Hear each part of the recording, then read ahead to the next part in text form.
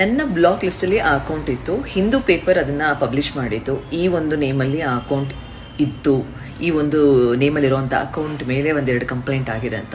So ನಾನು check ಮಾಡಿಕೊಂಡೆ ನನ್ನ ಬ್ಲಾಕ್ ಲಿಸ್ಟಲ್ಲಿ ಇದೆಯಾ ಅಂತ. ನೋಡಿದ್ರೆ ಇತ್ತು. ಸೊ ಹಾಗಾಗಿ ಸುಮ್ಮನೆ ಅಂತೂ ಬ್ಲಾಕ್ ಮಾಡಲ್ಲ. ಏನಾದರೂ ಒಂದು ಕೆಟ್ಟ ಮೆಸೇಜಸ್ ಬಂದಿರೋ ಕಾರಣಕ್ಕೆ ನಾನು ಬ್ಲಾಕ್ ಮಾಡಿರ್ತೀನಿ.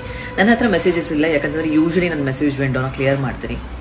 ಆ್ಯಂಡ್ ಏನು ಮೆಸೇಜ್ ಬಂದಿತ್ತು ಅನ್ನೋದು ಕೂಡ ನೆನಪಿಲ್ಲ. ಆ್ಯಂಡ್ ಸ್ಟೋರಿಲಿ ಏನಾದರೂ ಹಾಕಿದ್ದೀನಿ ಅಂತ ನೋಡೋದಕ್ಕೆ ಹೈಲೈಟ್ಸ್ ಚೆಕ್ ಮಾಡಿದೆ, ಇಲ್ಲ, ನನ್ನ ಸ್ಟೋರಿಲಿ ಅದನ್ನು ಶೇರ್ ಮಾಡಿಲ್ಲ. ಸೊ ತೀರಾ ಕೆಟ್ಟದಾಗಿತ್ತೇನೋ ಮೋಸ್ಟ್ಲಿ, ಅದಕ್ಕೆ ಸ್ಟೋರಿಲಿ ಶೇರ್ ಮಾಡಿಲ್ಲ ನಾನು.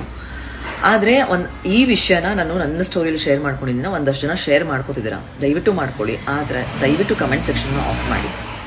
ಯಾಕಂತಂದರೆ ಅದ್ರ ಕೆಳಗಡೆ ಒಂದಷ್ಟು ಕಮೆಂಟ್ಸ್ಗಳು, ಇದು ನಿಜಾನಾ, ಇದು ಪಬ್ಲಿಸಿಟಿ ತೊಗೊಳಕ್ಕೆ ಬಂದಿದ್ರೆ ಇಷ್ಟೊತ್ತಿಗಾಗಲೇ ಎಷ್ಟೊಂದು ಚಾನಲ್ಗಳಿಗೆ ನಾನು ಬೈಟ್ಸ್ ಕೊಡ್ತಾ ಇದ್ದೆ ಅಥವಾ ಇದ್ರ ಬಗ್ಗೆ ಮಾತಾಡ್ತಿದ್ದೆ. ಬಟ್ ನಾನು ಎಲ್ಲೂ ಮಾತಾಡಿಲ್ಲ, ಎಲ್ಲೂ ಬೈಟ್ಸ್ ಕೊಟ್ಟಿಲ್ಲ ಅಥವಾ ಲೈವ್ ಬಂದಿಲ್ಲ. ಹಾಯ್, ಎಲ್ರಿಗೂ ನಮಸ್ಕಾರ. ಪ್ರೆಸೆಂಟ್ ಸಿನಾರಿಯೋ ಏನು ನಡೀತಿದೆ ಅಂತ ನಿಮ್ಮೆಲ್ರಿಗೂ ಗೊತ್ತಿದೆ. ಎಲ್ರಿಗೂ ತುಂಬಾ ಡಿಸ್ಟರ್ಬ್ ಆಗಿದೆ. ಇಲ್ಲಿ ನಾನು ಯಾರಿಗೂ ಸಪೋರ್ಟ್ ಮಾಡೋದಕ್ಕೆ ಬಂದಿಲ್ಲ. ಆ ದೇವರು ರೇಣುಕಾ ಸ್ವಾಮಿಯವರ ಫ್ಯಾಮಿಲಿಗೆ ಆದಷ್ಟು ಶಕ್ತಿ ಕೊಡಲಿ. ಆದರೆ ರೇಣುಕಾ ಸ್ವಾಮಿಯವ್ರು ಏನಿದ್ದಾರೆ, ಅವರು ಇನ್ನೂ ಒಂದು 2-3 ಜನಕ್ಕೆ ಈ ರೀತಿ ಒಂದು ಮೆಸೇಜ್ ಕಳಿಸಿದ್ರು. ಅದಕ್ಕೆ ಮಾರ್ಚಲ್ಲಿ ಬಸವೇಶ್ವರ ಪೊಲೀಸ್ ಸ್ಟೇಷನಲ್ಲಿ ಕಂಪ್ಲೇಂಟ್ ಲಾಡ್ಜ್ ಆಗಿತ್ತು. ಆ್ಯಂಡ್ ಅವರ ಒಂದು ಅಕೌಂಟು ಈ ಹೆಸರಲ್ಲಿತ್ತು, Gautam_KS_1990 ಅಂತ. ನಾನು ಒಂದು ನ್ಯೂಸಲ್ಲಿ ನೋಡಿದೆ, ನೋಡಿ ಪಿಕ್ಚರಲ್ಲಿ ತೋರಿಸ್ತಾ ಇದ್ದಾರೆ.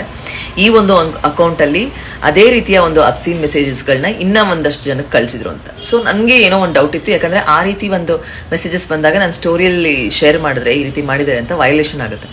ಸೊ ಆ ರೀತಿ ಒಂದು ನನಗೆ ಡಿಕ್ ಪಿಕ್ಚರ್ಸ್ ಆಗಲಿ ಅಥವಾ ನ್ಯೂಡ್ ಪಿಕ್ಚರ್ಸ್ ಆಗಲಿ, ಮ್ಯಾಸ್ಟರ್ಬೇಷನ್ ವಿಡಿಯೋಸ್ ಆಗಲಿ ಬಂದರೆ ನಾನು ಇಮಿಡಿಯೇಟಾಗಿ ಆ ಅಕೌಂಟ್ನ ಬ್ಲಾಕ್ ಮಾಡ್ತೀನಿ.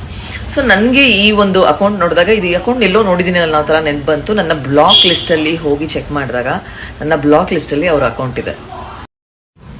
ಎಲ್ರಿಗೂ ನಮಸ್ಕಾರ. ನಾನು ಇವಾಗ ಒಂದು ಸೂಕ್ಷ್ಮವಾದ ವಿಚಾರವನ್ನು ಪ್ರಸ್ತಾಪ ಮಾಡ್ತಾ ಇದ್ದೀನಿ. ಅದಕ್ಕೂ ಮುಂಚೆ ಮೃತ ಹೊಂದಿರುವಂತಹ ರೇಣುಕಾ ಸ್ವಾಮಿಯವರ ಆತ್ಮಕ್ಕೆ ಶಾಂತಿ ಸಿಗಲಿ ಅಂತ ಕೋರ್ತಾ, ನಾನು ಈಗ ತಾನೇ ಕೆಲವು ನಿಮಿಷಗಳ ಹಿಂದೆ ಒಂದು ಆರ್ಟಿಕಲ್ ಅನ್ನು ಓದಿದೆ. ಅದರಲ್ಲಿ ರೇಣುಕಾ ಸ್ವಾಮಿ ಅವರು ಯೂಸ್ ಮಾಡ್ತಿದ್ದಂತಹ ಫೇಕ್ ಇನ್ಸ್ಟಾ ID ನೇಮ್ ಅನ್ನ ನೋಡಿದೆ.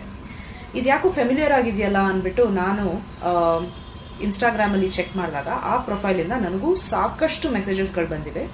ಜೂನ್ 6ನೇ ತಾರೀಕುವರೆಗೂ ಬಂದಿದೆ. ಆ ಪ್ರೊಫೈಲ್ ಇನ್ನೂ ನನ್ನ ಫಾಲೋ ಕೂಡ ಮಾಡ್ತಾ ಇದೆ.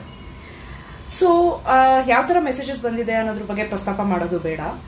ಬಟ್ ನಾನು ಒಂದು ಹೇಳೋಕೆ ಇಷ್ಟಪಡ್ತೀನಿ. ನೋಡಿ, ಈ ಟ್ರೋಲರ್ಸ್ ಇರ್ಬೋದು, ನೀವು ಯಾರ್ಯಾರು ಈ ಥರ ಮೆಸೇಜಸ್ಗಳನ್ನು ಒಂದು ಉಡಾಫೆ ಭಾವನೆಯಲ್ಲಿ ನೀವು ನನ್ಯಾರು ಕಂಡುಹಿಡಿತಾರೆ, ನನ್ಯಾರು ಹಿಡಿತಾರೆ ಅನ್ನೋ ಒಂದು ಭಾವನೆಯಲ್ಲಿ ನೀವು ಈ ಥರ ಹುಡುಗಿರಿಗೆ ಮೆಸೇಜ್ ಮಾಡ್ಬೋದು. ಅದು ಯಾವ ವಿಕೋಪಕ್ಕೆ ತಿರುಗುತ್ತೆ ಅನ್ನೋದ್ರ ಬಗ್ಗೆ ನಿಮಗೆ ಅರಿವಿರೋದಿಲ್ಲ. ಎಷ್ಟೊಂದು ಜನ ಅನ್ಕೊಂಡಿದ್ದೀರಾ ಈ ನ್ಯೂಸ್ ಚಾನಲ್ನೆಲ್ಲ ನೋಡ್ಬಿಟ್ಟು ಅಷ್ಟೇ ಬಿಡು, ದರ್ಶನ್ ಅವ್ರ ಫ್ಯಾನ್ ಫಾಲೋವರ್ಸ್ ಇಲ್ದೋದ್ರು, ಯಾರೋ ಕೆಲವ್ರು ಮಾತ್ರ ಇರೋದು, ಅವ್ರು ಮಾತ್ರ ವಾಯ್ಸ್ ರೈಸ್ ಮಾಡ್ತವ್ರು, ಹಂಗೆ ಹಿಂಗೆ ಅಂತ. ನಾನು ಹುಟ್ಟಾಯಿಂದ ಅವ್ರ ಫ್ಯಾನ್ ಇವ್ರ ಫ್ಯಾನ್ ಅಂತ ಹೇಳ್ಕೊಂಡು ಓಡಾಡೇ ಇಲ್ಲ ಗುರು. ಆದ್ರೂ ಇವತ್ತು ಅನಿಸ್ತೈತೆ, ಆದ್ರೆ ಅಂತ ವ್ಯಕ್ತಿಗೆ ಮಾತ್ರ ಫ್ಯಾನ್ ಆಗ್ಬೇಕು ದರ್ಶನ್ ಅವ್ರಿಗೆ. ಏಂತು ಕನ್ಸ್ತು ಅಂತ ಅಂದ್ರೆ, ಈ ರೇಣುಕಾ ಸ್ವಾಮಿ ಇದ್ದಾನೆ ಗೊತ್ತಾ, ಅವನೆಂತ ಕಚ್ಚಡ ಮಗ, ಅವನ ಬಗ್ಗೆ ಮಾತಾಡಕ್ಕೂ ಅಸಹ್ಯ.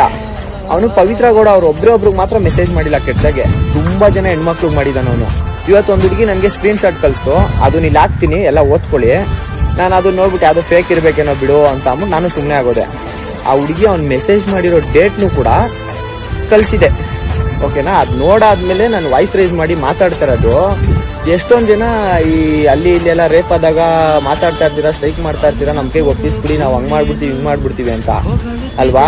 ನಿಮ್ಮನೆ ಹೆಣ್ಮಕ್ಳಿಗೂ ಹಂಗೆ ಅವ್ನು ಮೆಸೇಜ್ ಮಾಡಿದ್ರೆ ನೀವೇನ್ ಮಾಡ್ತಾ ಇದ್ದ ಅಂತ ಕಮೆಂಟ್ ಮಾಡಿ ಹೇಳಿ. ಆಮೇಲೆ ಅಪ್ಪಿ ತಪ್ಪಿ ದರ್ಶನ್ ಅವರೇ ಈ ತಪ್ಪು ಮಾಡಿದ್ರು, ನನಗೆ ನಿಜವಾಗ್ಲೂ ಅವ್ರ ಮೇಲಿರೋ ಪ್ರೀತಿ ಜಾಸ್ತಿ ಆಗುತ್ತೆ. ಎಷ್ಟು ಜನ ಡಿ ಬಾಸ್ ಅಭಿಮಾನಿಗಳು ಇದ್ದೀರಾ, ದಯವಿಟ್ಟು ಕಮೆಂಟ್ ಮಾಡಿ ಜೈ ಡಿ ಬಾಸ್ ಅಂತ. ನನಗೆ ತುಂಬಾ ಕ್ಯೂರಿಯಾಸಿಟಿ ಇದೆ, ಎಷ್ಟು ಕಮೆಂಟ್ ಬರುತ್ತೆ ಅಂತ ನೋಡ್ಬೇಕು ನಾನು. ಅಂತ ನನ್ನ ಮಗುನ ಅವ್ರು ಸಾಯಿಸೋರೇನೋ ಗೊತ್ತಿಲ್ಲ, ಸಾಯಿಸಿದ್ರೆ ಅವ್ನು ಬದುಕಿದ್ದು ವೇಸ್ಟು. ನನ್ನ ಕಡೆಯಿಂದ, ಡಿ ಬಾಸ್ ಅವ್ರ ಕಡೆಯಿಂದ, ಅವ್ರ ಅಭಿಮಾನಿ ಕಡೆಯಿಂದ, ಅವ್ರ ಮನೆಯವ್ರಿಗೆ ಸಾರಿ.